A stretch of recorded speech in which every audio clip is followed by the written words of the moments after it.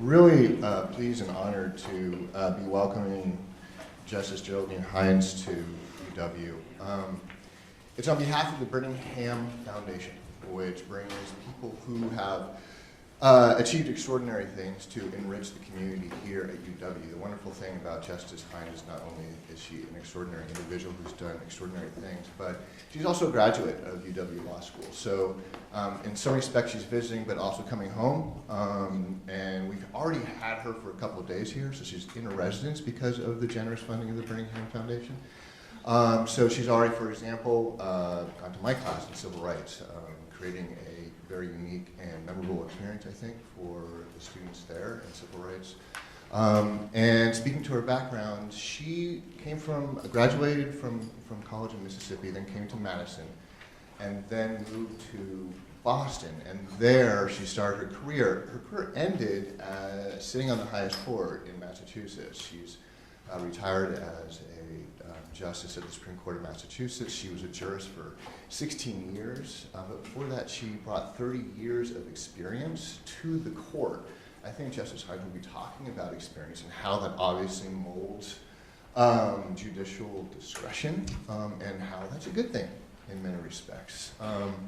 And that in terms of the experience that she brought, she focused on an area where the stakes are the highest, I think, where resources are fraught, and where the highest caliber of practice is needed, and which she also brought. So she started at the Roxbury Defenders Program, which was started, I think, just a year or so before you arrived, which was created by federal funding by a group of 10 lawyers to bring kind of zealous advocacy to an underserved area of Boston, Roxbury neighborhood. It's now integrated actually in the state public defender, but then it was an innovative individual project that was created to then serve criminal defendants who were not getting zealous advocacy. Then she moved on to Harvard Law School, where she continued her work in civil rights, and then she started the first women of person of color law firm in New England for 20 years, where she continued to do employment discrimination work and also work in the excessive force police brutality area, which relates to her talk today. So she brings really, really rich experience, both from the trenches of some of the toughest stuff, where basically the law comes in conflict with who are we as a people, what is our identity, what is our status, who are we as a society, answering some of those really, really big questions. And so here we have the pleasure of a lecture from an extraordinary jurist, and it is an honor to welcome you here. Thank you, Justice Hines.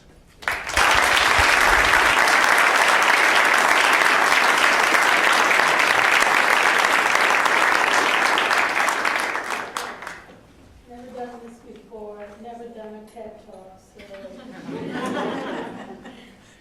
there's one in my future, I don't know. Okay, is this working now? I am really grateful to Dean Raymond for the invitation to come back to Madison, the place where I began my journey in the law more than 50 years ago. I came here from an HBCU whose name most people could not pronounce when I got here. And I came here on a mission, so to speak. And I see some of my old professors lurking about here, even if they should have been long gone, right, Professor Whitford? I recognized you. And Joan Jones is here, the wife of my dear late departed friend and mentor, Jim Jones. We had lots of fights, but we had lots of love for each other too, all the years that we were here together. And my friend, Dr. Hazel Simonette, is probably going to be here somewhere. Who's built her life's work on this campus, and we became friends back then when we were engaging ourselves in things that we shouldn't have been doing with the student strike that you've probably been hearing a lot about. We were engaged with the student strike. Nobody expected graduate students to be involved in that, but we thought we should be, and we were.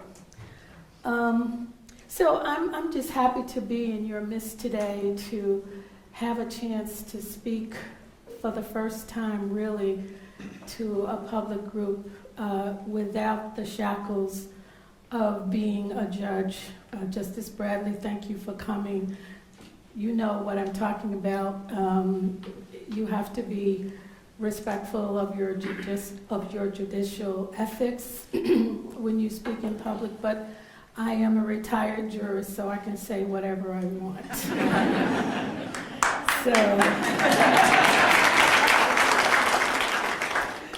But seriously, my talk this afternoon is about one of the most vexing and intractable social issues that we face in America right now.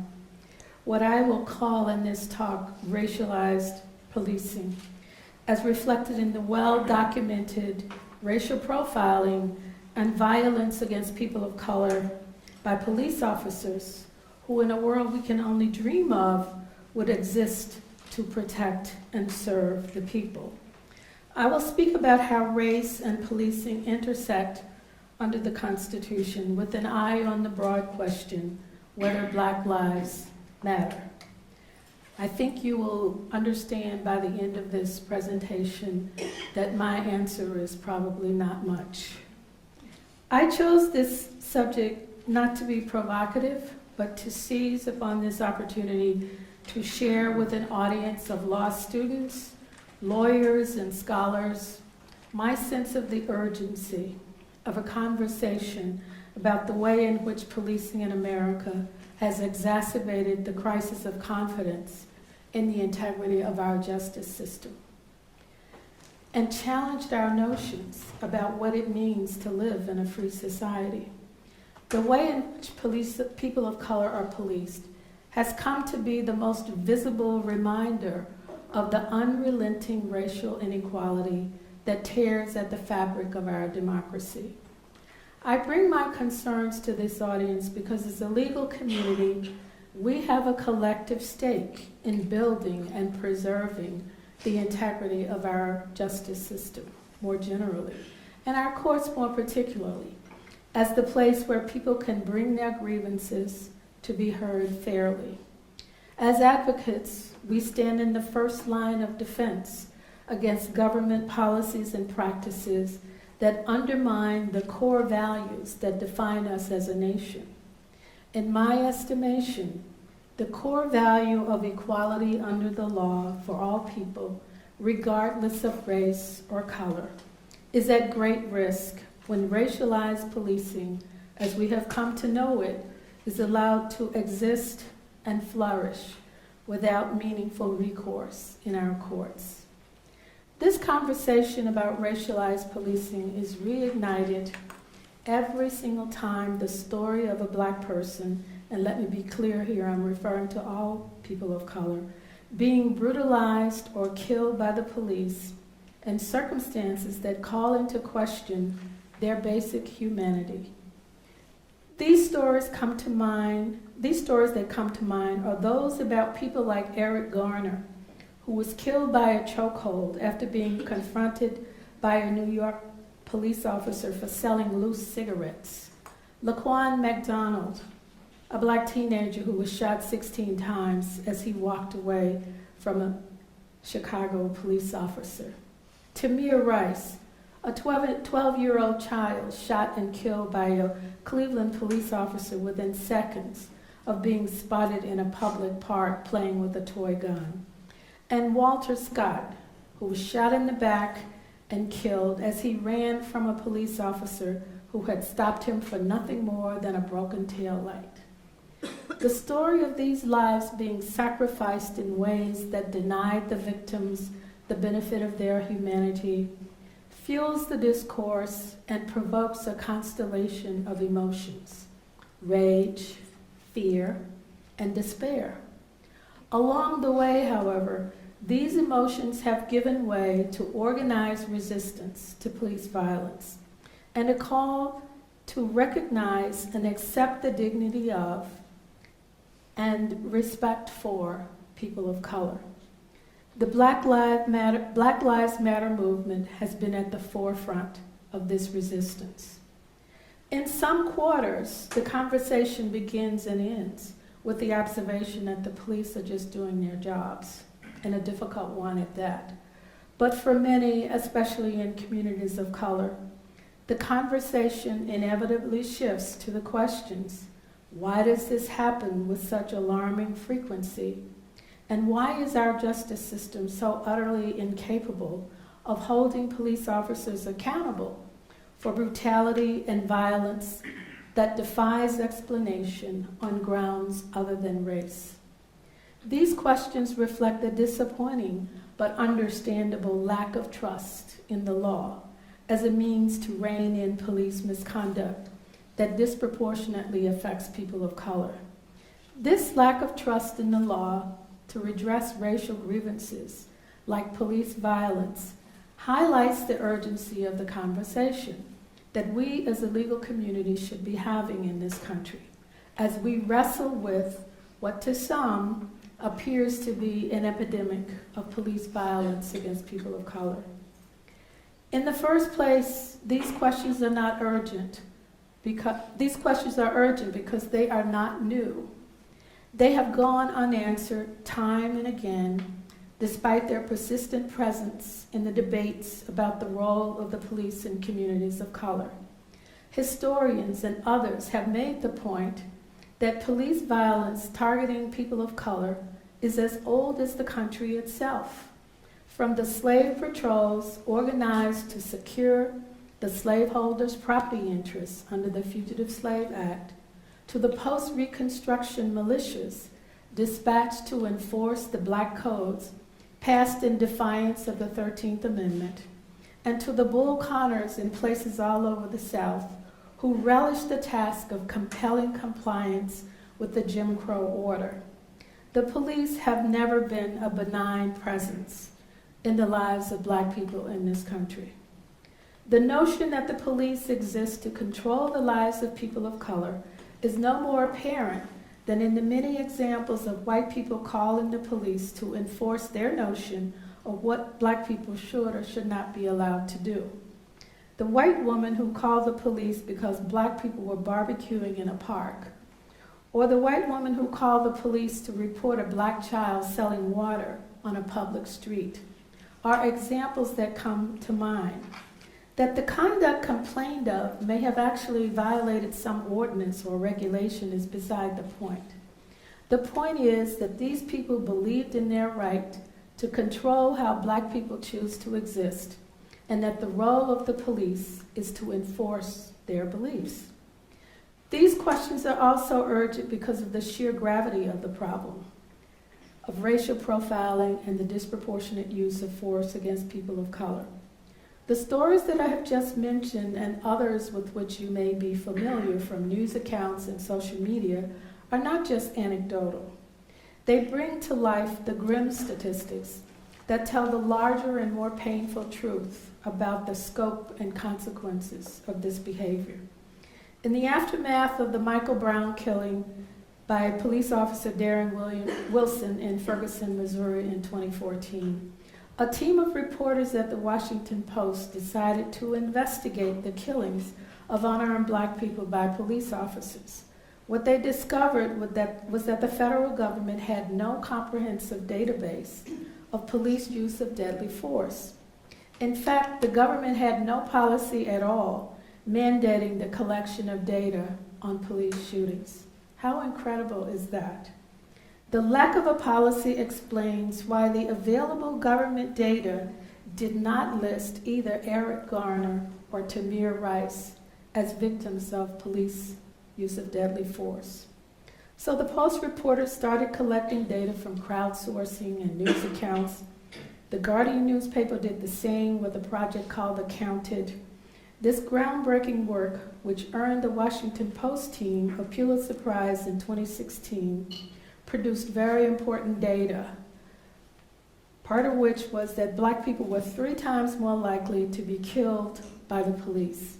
The similar data from The Guardian showed that in 2015, 62% of unarmed people killed by the police were persons of color, although they only comprised 37% of the population. And drawing attention to the problem of young black males, The Guardian's data showed that black males aged 15 to 34 were 9 times more likely than any other Americans to be killed by the police. It bears noting that this is a distinctly American problem. Police killings of civilians are practically non-existent in other countries.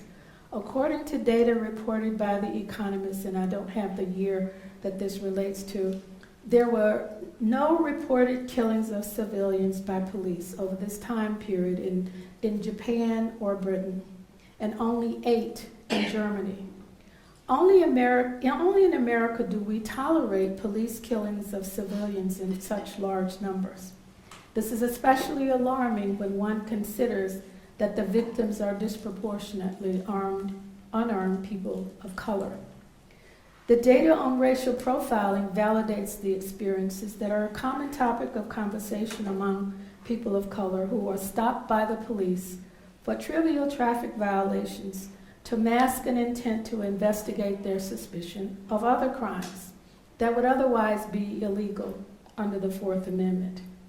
A study reported in a recently published book called Suspect Citizens, based on 20 million traffic stops, concluded that blacks are twice as likely to be pulled over as whites. Even though whites drove more on average, blacks are more likely to be searched following a stop, and just by getting into a car, a black driver has about twice the odds of being pulled over and 4 times the odds of being searched. Blacks are more likely to be searched despite the fact that they are less likely to be found with contraband as a result of the searches. In a society that values personal liberty, such racial disparities in stops and deaths should not be tolerated, either as a matter of law or practice.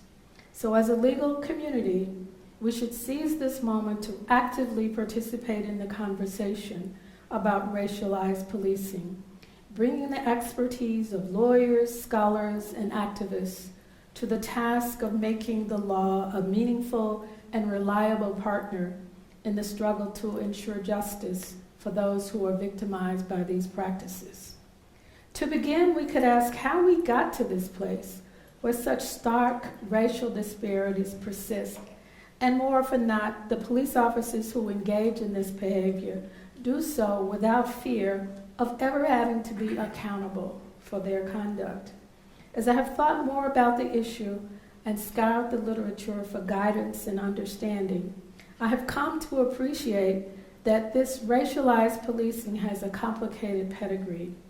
Legal scholars, social scientists, and activists grappling with the problem in real time have suggested a range of theories for the persistence of and lack of accountability for racialized policing.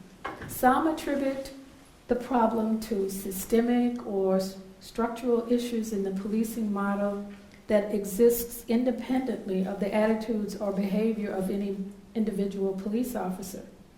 Professor Paul Butler argues that the system is broke on purpose, he says, and that it's working the way it's supposed to work. Others argue that the grim statistics are attributable to the rare bad cops who abuse their authority out of racial animus.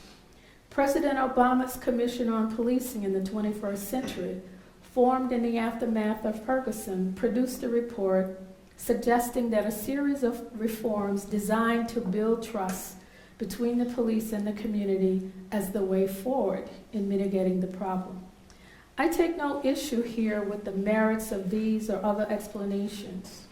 Instead, I speak to the questions about why racist policing happens as it does and why the law has not fixed the problem out of my own experience of almost 5 decades as a civil rights and criminal defense attorney and jurist.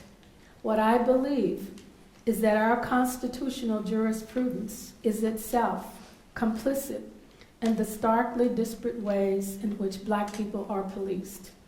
In other words, the law is the problem, not the solution. Our Fourth Amendment jurisprudence, which governs the rules of engagement between police and citizens, is complicit in the disparate ways in which people of color are policed, because first and foremost, it validates racial profiling and pretextual stops, practices that make the disparities in who gets stopped by the police inevitable. Although pretextual stops were legitimized in United States versus Wren, decided by the Supreme Court in 1996, the story does not begin there. So I ask your indulgence in taking a few minutes to talk about Terry v. Ohio, and a little bit later, Wren as Terry's progeny. The jurisprudential complicity in racialized policing of people of color can be traced to the seminal case of Terry versus Ohio, decided by the Supreme Court in 1968, in a remarkable departure from what had been settled law, that a stop of a person was an arrest and that an arrest must be justified by probable cause. Terry held that the police may initiate an investigative stop of a person on the street if the officer has reasonable articulable suspicion, but not probable cause that the person is committing, or is about to commit a crime. The court also held that a police officer may frisk the suspect if he or she reasonably believes that the person is armed and he fears for his or her safety. Although Terry ostensibly had nothing to do with race, the racial implications of the new stop and frisk regime was plain to see. The racial background of the case, that John Terry and his co-defendant, Richard Chilton, were both Black, and that the police officer who made the stop after deciding to watch them because they and the white man with whom they interacted did not look right to him, was barely acknowledged and never addressed directly in the court's analysis of the police officer's conduct. The NAACP Legal Defense Fund filed an amicus brief in the case, warning the court that the police would exploit the new rule to the detriment of Black people, and reminded the court that stop and frisk would be inseparable from the country's legacy of racial terror. This argument, though ultimately unpersuasive, was astonishingly prescient. Even in rejecting the concerns about racial impact of stop and frisk, the court signaled that it understood perfectly well. Chief Justice Warren acknowledged in the opinion that Black people had complained of wholesale harassment by certain elements of the police community. In the end, however, the court rejected these concerns, expressing the view that the potential for racial mischief was isolated because rogue officers inclined to allow race to influence their conduct were outliers. And crucially, but perhaps unnoticed at the time, the court expressed the view that the Fourth Amendment was actually not a useful tool for combating racism in policing. The court's unwillingness to consider the racial impact of stop and frisk in its interpretation of the Fourth Amendment was not altogether unexpected. The unspoken history was that the backdrop of the Terry case should have been a warning that the court would elevate the interest in crime prevention over any concern about racial consequences of the decision. The Terry decision came amidst urban rebellions in many cities across America: Watts in 1965, Newark, Detroit, and notably Cleveland in 1967, just a few months before the court's decision. Despite the broad range of issues that plagued communities of color at a time when large swaths of the Black community were just beginning to experience the changes brought by the Civil Rights Act of 1964 and the Voting Rights Act of 1965, every single one of these urban rebellions was precipitated by brutality and, in some cases, the death of a Black person at the hands of the police. The court could not have been oblivious to the efforts to connect crime to race, because by the time Terry came before the court, the phrase law and order had taken center stage in our politics, especially in the campaigns for the 1968 presidential elections, set to occur only a few months after Terry was decided. The phrase law and order was well understood as a euphemism for black criminality. Fear of what the urban rebellion signified and the fear of crime more generally was a powerful factor in shaping the debates about the need to allow police more leeway than the probable cause standard allowed to deal with the problem. The court agreed. Our fate was sealed. In the decades since Terry, the court broadened the scope of enforcement authority while limiting the protections of the 14th Amendment. The upshot of these cases, which I don't need to go into here, as Professor Tracy Macklin has put it, is that the Fourth Amendment has become a sword for the police rather than a shield for the people. The point that the Fourth Amendment is more a sword than a shield is particularly apt in describing how the Fourth Amendment treats race. In Wren v. United States, a unanimous decision joined by Justices Stevens, Breyer, and Ginsburg, the Supreme Court dismissed race as a factor in the protections in the 14th Amendment, holding that reasonableness is an objective inquiry and that the subjective motivation of the police officer, even if based on race, is irrelevant. The defendants in that case had argued that for civil traffic stops, probable cause was not enough because the sheer scope of possible traffic violations would allow the police unfettered discretion to stop virtually any motorist, and that the risk was high that the police would use this authority to stop motorists because of their race. In the criminal defense community, the court's unanimous decision prompted a chorus of "what were they thinking" responses. That's not really what they said, but you get my drift. In considering how the police use their broad discretion in policing people of color, one needs to look no further than Wren as the explanation for why racial profiling and pretextual stops happen over and over again. After Wren, it is well understood, as one commentator has observed, that the police have carte blanche to stop people because of the color of their skin. And the vast disparities I have mentioned is proof that they exercise that discretion freely. I do not suggest a causal link between the interpretation of the Fourth Amendment that allows pretextual stops and police conduct motivated by racial animus. But to be clear, our law imposes no constitutional barrier to those who choose to do so. Nor do I mean to suggest that the disparities in the use of deadly force against people of color by police officers are directly caused by racial profiling. However, I agree with Professor Devin Cabardo's observation that the court's legalization of racial profiling exposes African Americans not only to the violence of ongoing police surveillance and contact, but also to the violence of serious bodily injury and death. In far too many cases, the fatal encounter with the police begins with a minor traffic stop. By ignoring the racial impact of Wren on police practices, the court exhibited a disturbing indifference, if not outright hostility, to the liberty interests of people of color who were or are certain to be swept up in Wren's broad authority to make stops.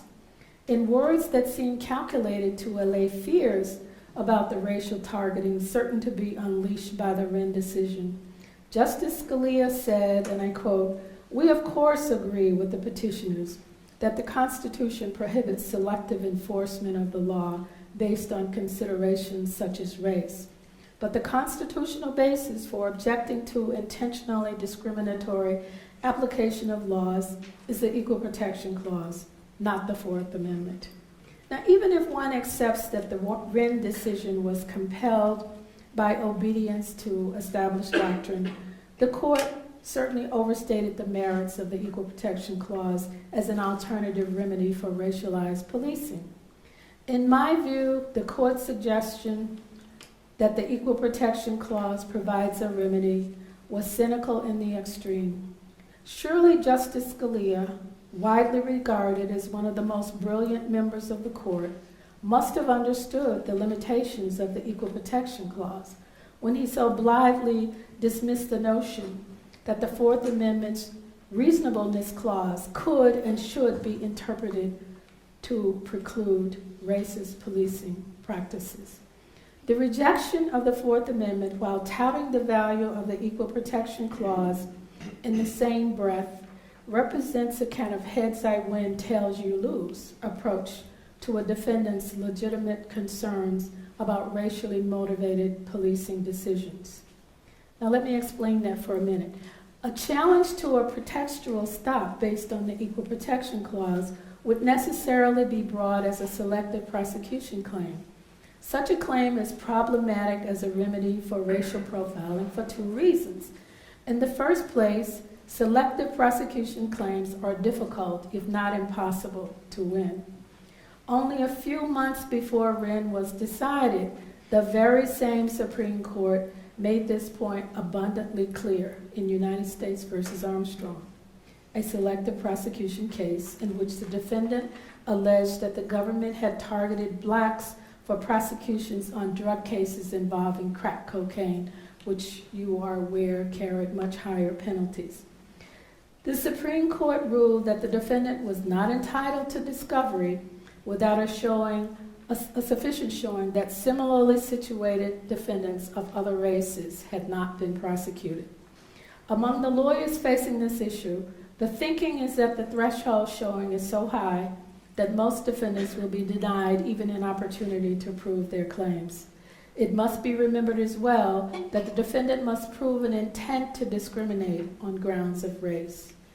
As one might expect, the success rate for selective prosecution claims is abysmally low. So when the court rejects subjective motivation in the Fourth Amendment analysis as too difficult for courts to manage, but demands proof of intent, a specific subjective motivation for equal protections claims, we are justified, I think, in the belief that the court has surrendered any pretense of concern about racial discrimination in policing. The second problem with the Equal Protection Clause is the available relief beyond the near impossibility of meeting the threshold requirements for discovery and proof. The rare winning defendant will lose the protection of the exclusionary rule, which is the whole point. The time-honored remedy for the constitutional violation of constitutional rights in criminal cases.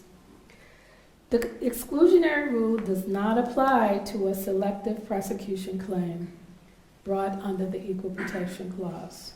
So taken together, these limitations effectively negate the utility of the Equal Protection Clause as a remedy for racial profiling. The court's indifference to racial consequences as exhibited in Wren lives on today, even in our Fourth Amendment jurisprudence. I am encouraged, however, by Justice Sotomayor's willingness to press her concern about the narrowing of Fourth Amendment protections and to insist, as she has in several powerful dissents, that race matters. She has been resolute in refusing to allow the lived experiences of people of color to be devalued by the court. In the tradition of John Marshall Harlan, but in her own voice, Justice Sotomayor has persisted time and again in trying to pull the court from the racial oblivion it seems intent on falling into. One case in particular bears mentioning here. In her dissent in Utah versus Strife, a 2016 case, Justice Sotomayor disagreed with the majority that an unlawful stop could be validated if it turned out later that the police had a valid arrest warrant on an unrelated matter. After rejecting the majority's view on doctrinal grounds, Justice Sotomayor, in a part of her dissent that neither Justice Ginsburg nor Justice Kagan joined, speaks with uncommon frankness about the racial consequences of unlawful stops that were sanctioned by the court's decision. Framing the outcome in racial terms, she notes, the white defendant in this case shows that anyone's dignity can be violated in this matter. She also says what she knows her colleagues already know, but refuse to recognize. It is no secret that people of color are disproportionate victims of this type of scrutiny. Finally, and most importantly from my view, she warns that the array of instruments that the court has created to allow the police to probe and examine you risks treating members of our communities as second-class citizens and imperils our democracy. Despite the criticism from some quarters of her outspokenness on racial matters, Justice Sotomayor's seeing and caring about the racial consequences of doctrine is no more reprehensible than the majority's willingness to ignore it. I know from my own experience as a jurist that decisions like Wren cannot be explained by resorting to the time-worn axiom that the outcome was inevitable because the court was following the law. Scholars and judges alike agree that the legal rules and the systems do not exist in a vacuum. They are made in real life. As Oliver Wendell Holmes famously said, the life of the law has not been logic, it has been experience. So it is not difficult to see that Justice Sotomayor's experience, undoubtedly different than that of her colleagues, informed her view of what the law should be. Justice Sotomayor's voice is the answer to every critic who challenged the wisdom of nominating a person with empathy, to use President Obama's description of the person he wanted to appoint to the nation's highest court. I recall vividly the buzz around her nomination when prominent legal journalists and others in the legal establishment went on the attack, questioning her intelligence and her qualifications for the court. Others vilified her for having the temerity to express confidence in her ability to do justice as a wise Latina. Despite what I imagine must have been intense pressure from some corners that she should renounce her identity, she has refused to trade her identity for the privilege of fitting in. The standing of the court, and hopefully one day the state of the law, will be better for it. As a member of the court, she has shown herself to be unafraid to openly embrace her identity and life experience. It is precisely this willingness to bring her lived experience to the court that keeps alive our hope, our faith in the court as a place where the rights of ordinary people who have no voice elsewhere on the court will not go unprotected. So I want to just end by talking a little bit about what is to be done, and I just have one idea that I want to talk to you about. And if you accept that the law tolerates or abets racism in policing, how do we outmaneuver a court whose tolerance for the racially discriminatory consequences of its Fourth Amendment jurisprudence seems to have no limit? I don't know what will work, but I do know that as a legal community, we have to take this on. I have a few thoughts. What about recreating the Thurgood Marshall, Charles Hamilton Houston model for ending separate but equal?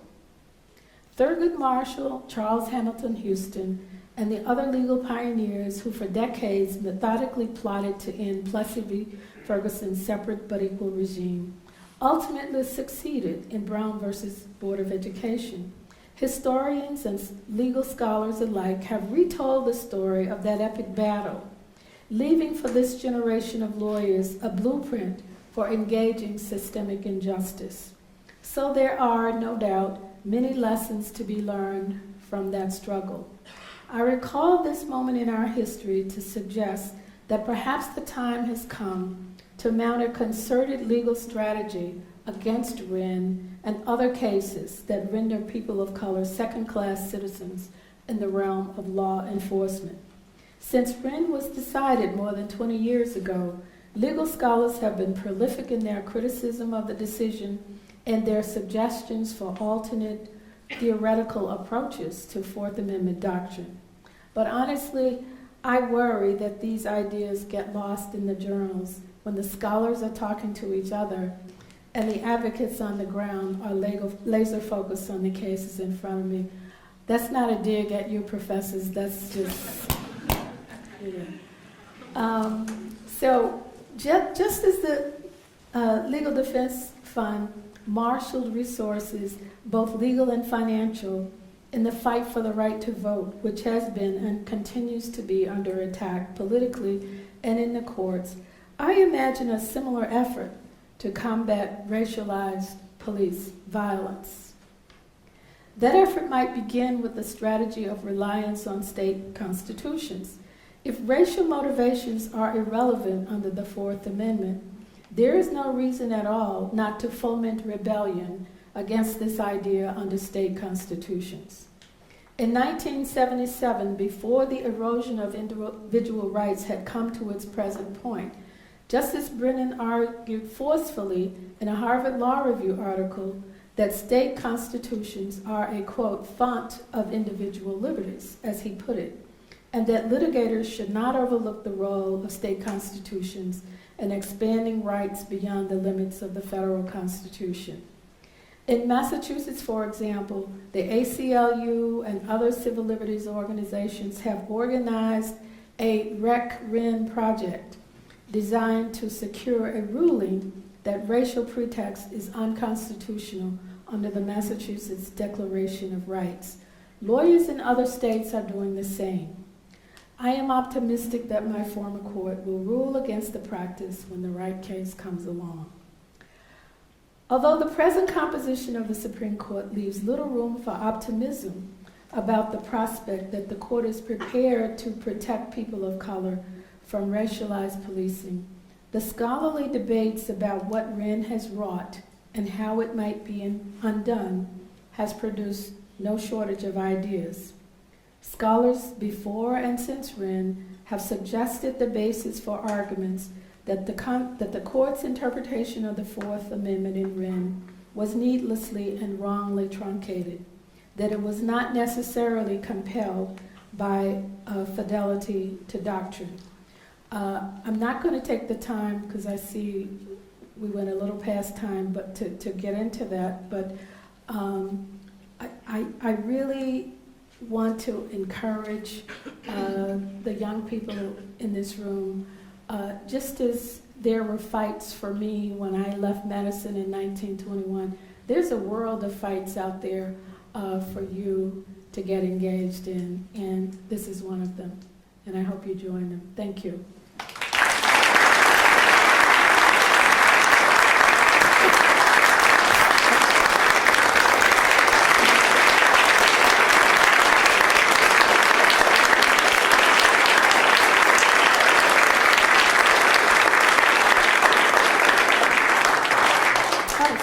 Okay.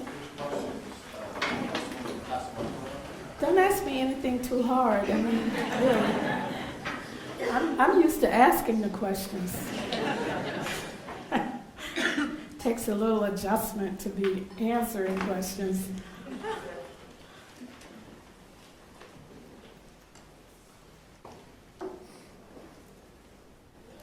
Professor Whitford. I'm all in favor of litigation strategy and trying and invoking the courts as an accountability mechanism. But there are other ways to have accountability mechanisms that you can comment a lot on, more in the political process. Right. We want to say I cut that part out of the speech. But we could do both at the same time. Yeah, You wouldn't be opposed to that. No, not at all, because I think that the energy on this issue is not in the legal community. The energy on this issue is with those people who have organized themselves, and it's just not just the Black Lives Matter movement, which has been vilified in many circles, but there are lots of different people in lots of different communities who are organizing around this and who would be delighted to join hands with legal organizations or lawyers to help them plot their strategy. So absolutely, I think, of course, we need political.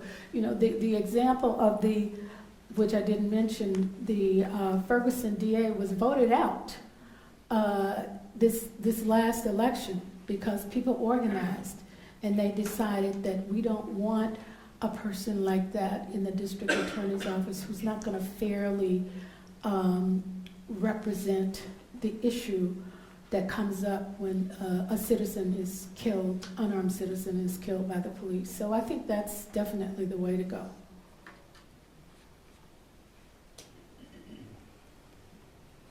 Yes? Do you have an idea of what the right case would look like to win something like that, for instance, in Massachusetts? Yeah, I mean, we had a case. I signed on to an amicus brief a few months ago. We had a case where it was pretty clear that it was racial profiling, but the court ducked the issue because the defendant never raised it until he got to the Supreme Court. So they just couldn't do it under those circumstances. So that would have been a perfect case. What were the circumstances? Well, it was police were watching a drug house, and a black guy came out of the drug house and got into the car with his white girlfriend, and they drove off, and the police officer stopped them. And so, but they never raised that issue. I mean, there was nothing that would otherwise have justified the stop. There was no traffic violation that would come under the pretextual stop. The racial profiling is kind of a different issue that really relates to reasonable suspicion, which is really subject to abuse because that could be anything. Okay, I can go home. Hi. Hi, I'm Keith Finley. You'll be speaking in my Oh, criminal procedure in your class tomorrow. Oh, so my thank you very goodness. much for being here. You started your talk talking about discussing the police use of force incidents, and then there is a body of law, of course, that governs the constitutionality of use of force as well, independent from the inquiry into whether the stop was appropriate, and that is a Right. body of law that culminates with Graham versus Connor, which, as you were speaking, it occurred to me they made a similar shift there, where the court said the focus is on the Fourth Amendment in that context as well. Reasonableness, not a due process analysis, therefore intent doesn't matter, it's purely objective. And what we see now is a lot of police departments taking what was announced in Graham versus Connor, sort of a constitutional floor, and turning it into a ceiling. That is, this is the most we're going to expect from police. And I just wondered if you have encountered that, and if so, if you have any comments that you could make about how the law approaches that standard as well in the context of your conversation today. Well, actually, no. All of those cases go to the federal court. People don't bring police misconduct actions like that in the state court because they're bringing them under 1983, and they're raising federal claims under 1983, and they're always going to get the case removed to the federal court. So as a judge, I have not had much experience with that at all to recognize the issue that you're referring to.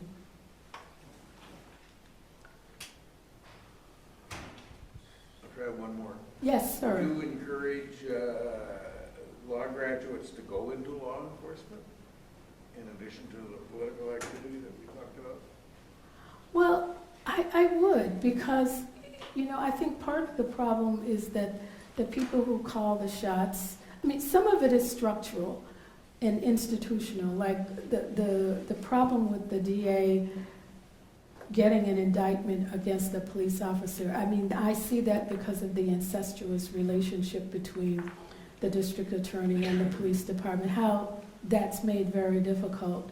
But in other cases, I think that there's room for thoughtful, committed, compassionate people in the prosecutor's office. Absolutely. There was a time in my life when I would have advised students not to go into prosecutions, but I've given that up because I really do understand the importance of having people with a moral compass, and that's not to say that they all don't, but somebody like that working, it makes a difference in the kind of decisions that get made. It makes a difference in the charging policies and that sort of thing. So yeah, it should be both. Hi. For someone who's just started their legal education, what advice do you have someone of what we can do? Oh, as someone who's just a student and just started, what advice do you have for what I can start doing now? Since a lot of that's kind of, I need to be a lawyer.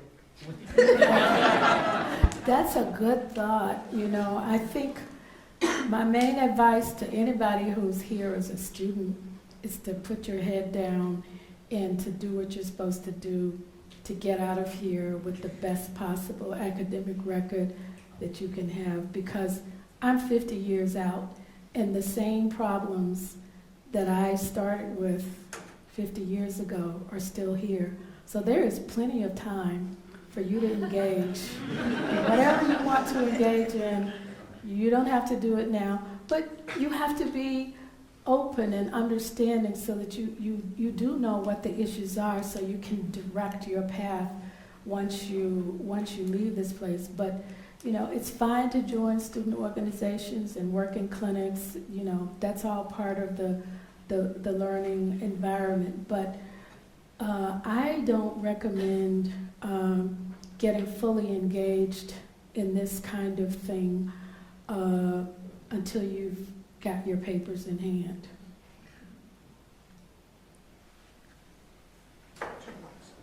Wanted to present a quick gift to you before. Is it money? Reception. If it's not,